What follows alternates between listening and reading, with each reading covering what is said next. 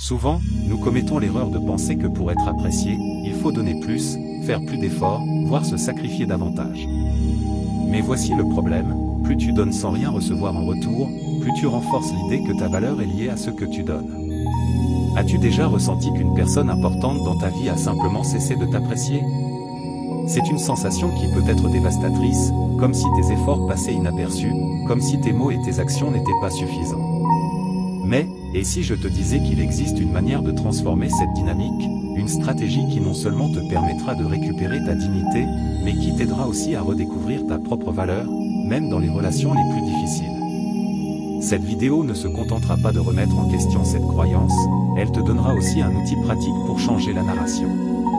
Prépare-toi à une conversation puissante qui va au-delà des conseils classiques. Ce n'est pas un contenu motivant vide de sens, ce que tu découvriras ici est soutenu par des approches psychologiques solides et des expériences réelles. Tu apprendras comment un petit changement dans ton comportement peut déclencher une réaction inattendue, une qui non seulement te bénéficiera, mais redéfinira aussi les relations qui comptent le plus pour toi. Et le meilleur dans tout ça, c'est que ce truc ne nécessite pas que tu changes qui tu es, ni que tu continues à supporter le poids de relations unilatérales. Au contraire, cela te permettra de reprendre le contrôle, de démontrer ta valeur sans avoir à le demander, et surtout, de prioriser ta paix mentale et émotionnelle avant tout. Ça ne sonne pas libérateur? Alors, si tu es prêt à reprendre les rênes de tes relations et avoir le pouvoir changer demain, reste avec nous jusqu'à la fin. Ce que tu es sur le point d'apprendre pourrait être le tournant que tu cherchais, non seulement dans une relation spécifique, mais aussi dans la manière dont tu te valorises à chaque aspect de ta vie. Avant de commencer, je te serais reconnaissant si tu mets un j'aime à la vidéo, cela m'aiderait à continuer de diffuser cette philosophie. Si tu n'es pas encore abonné, je te recommande de t'abonner et d'activer la cloche pour ne manquer aucune vidéo. Quand quelqu'un cesse de te valoriser, cela peut sembler être un problème venant de toi, mais ce que tu dois comprendre, c'est que souvent, il ne s'agit pas de ce que tu fais ou ne fais pas, mais de la manière dont tu laisses les autres te percevoir. Ce point est crucial car notre perception de notre propre valeur est profondément enracinée dans la façon dont nous nous traitons nous-mêmes. As-tu remarqué que ceux qui se valorisent et établissent des limites sont souvent respectés presque automatiquement?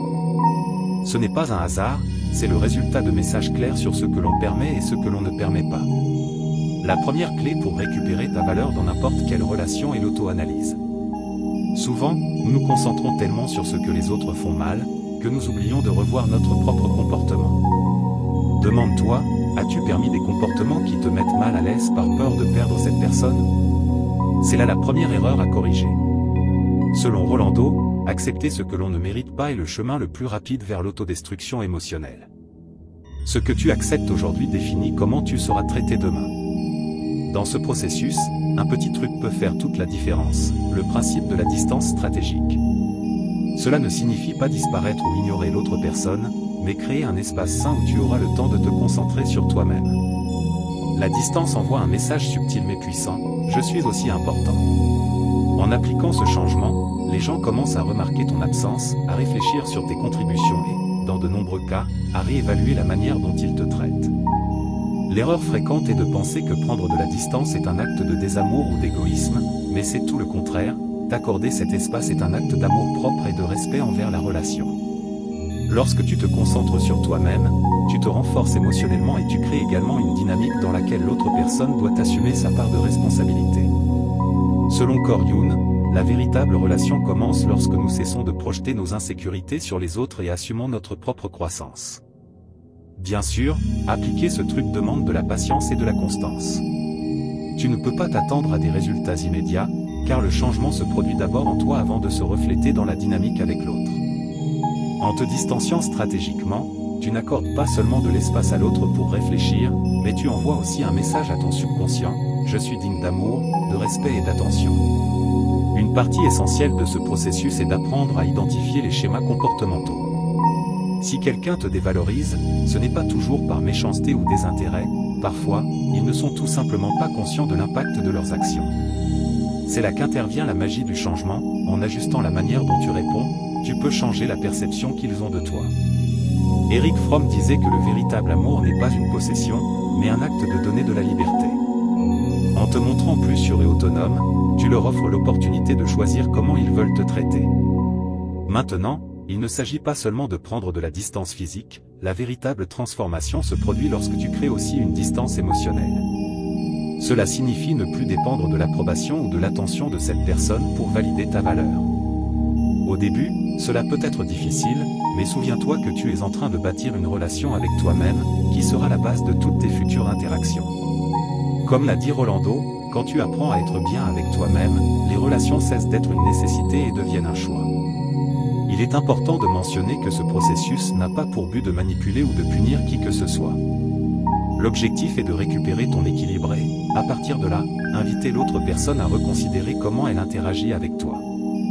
Si tu fais cela depuis un endroit de respect et de clarté, les résultats peuvent être surprenants. Dans de nombreux cas, ils verront le changement en toi et commenceront à apprécier ce qu'ils prenaient auparavant pour acquis. Un élément crucial pour que ce truc fonctionne est la constance. Si tu reviens aux anciens schémas de recherche constante d'approbation, le message se perdra. Tu dois maintenir ta position ferme, non pas par rébellion, mais comme un reflet de ton engagement envers toi-même. La cohérence entre ce que tu dis et ce que tu fais est ce qui change réellement la perception que les autres ont de toi. Le chemin vers le changement commence par de petits pas. Par exemple, si quelqu'un ne répond pas à tes efforts, cesse de trop essayer. Réduis les messages, les appels ou les invitations, jusqu'à ce que ce soit l'autre personne qui prenne l'initiative. Ce changement crée un vide qui les invite à réfléchir sur ta valeur. C'est un truc infaillible car il fait appel à la nature humaine, nous valorisons davantage ce qui n'est pas toujours disponible. En plus, pendant ce temps de distance, profitant pour te redécouvrir, reprends des activités qui te passionnent, passe du temps avec des gens qui t'apprécient et cultive ton bien-être émotionnel. Lorsque tu te concentres sur toi-même, tu dégages une énergie de sécurité qui est magnétique. Selon Rolando, ta meilleure version attire toujours le meilleur des autres, non pas parce que tu changes pour eux, mais parce que tu brilles en étant toi-même. Cela nous amène à un point essentiel, ce truc ne les concerne pas eux, mais toi. La véritable transformation se produit lorsque tu réalises que tu n'as besoin de personne pour valider ta valeur. Ce processus ne t'aidera pas seulement à mieux gérer tes relations actuelles, il te préparera aussi à des connexions futures basées sur le respect mutuel et la réciprocité. Souviens-toi que ce chemin n'est pas exempt de défis. Il y aura des moments où tu seras tenté de revenir aux anciens comportements, mais c'est précisément dans ces moments que tu dois rester ferme. Chaque petit pas que tu feras renforcera ta confiance et ta capacité à établir des relations saines. Lorsque tu commences à prioriser et à appliquer ce truc, tu remarqueras que non seulement les dynamiques externes changent, mais aussi les dynamiques internes. C'est à ce moment que tu prends conscience de ta valeur intrinsèque, un concept que beaucoup oublient au milieu des relations compliquées. Ce changement ne se produit pas du jour au lendemain, mais chaque petit pas te rapprochera d'une version de toi plus forte et plus centrée. Un aspect intéressant de ce processus est la façon dont les gens autour de toi réagiront à tes limites. Parfois, ceux qui ne sont pas habitués à te voir ferme tenteront de te défier. Ici, il est important de se rappeler que tu ne cherches pas d'approbation, mais du respect. Si quelqu'un n'est pas prêt à respecter tes limites, alors peut-être que cette relation n'était pas aussi précieuse que tu le pensais. Comme le disait Carl Roger, la véritable liberté émotionnelle vient du fait de s'accepter soi-même, pas de chercher l'acceptation des autres. Ce truc te permet également d'identifier ceux qui apprécient vraiment ta présence. Les personnes qui t'apprécient ne se sentiront pas menacées par ta distance stratégique, au contraire, elles chercheront à maintenir le contact et à renforcer la connexion. Cela filtre automatiquement les relations superficielles de celles qui valent vraiment la peine. En termes de Rolando, la véritable réciprocité commence lorsque nous cessons de forcer les relations et permettons aux connexions authentiques de circuler. Pendant ce processus, il est fondamental de travailler sur ton estime de soi. Lorsque tu te valorises, tu envoies un message clair au monde, je mérite du respect et de l'amour. Ce changement interne est puissant car il établit la norme pour la façon dont les autres doivent te traiter. Si jamais tu doutes, souviens-toi que chaque limite que tu établis est une déclaration d'amour-propre. Bien sûr, tout ne sera pas facile. Il y aura des moments où tu te sentiras mal à l'aise ou incertain. Ce sont précisément ces moments où tu dois te rappeler pourquoi tu as commencé ce processus. Penses-tu qu'il est facile de maintenir ses limites et de ne pas se laisser influencer par les autres? Tu es en train de construire un avenir où les relations seront basées sur l'égalité et le respect, pas sur la dépendance ou le déséquilibre. La clé pour que cette méthode fonctionne ne réside pas dans la réaction de l'autre personne, mais dans ta capacité à rester ferme dans ta décision. Même si tu n'obtiens pas la réponse que tu attendais, le simple fait de prioriser est déjà une victoire. Cela n'affecte pas seulement ton bien-être émotionnel, mais aussi la manière dont tu perçois tes relations en général.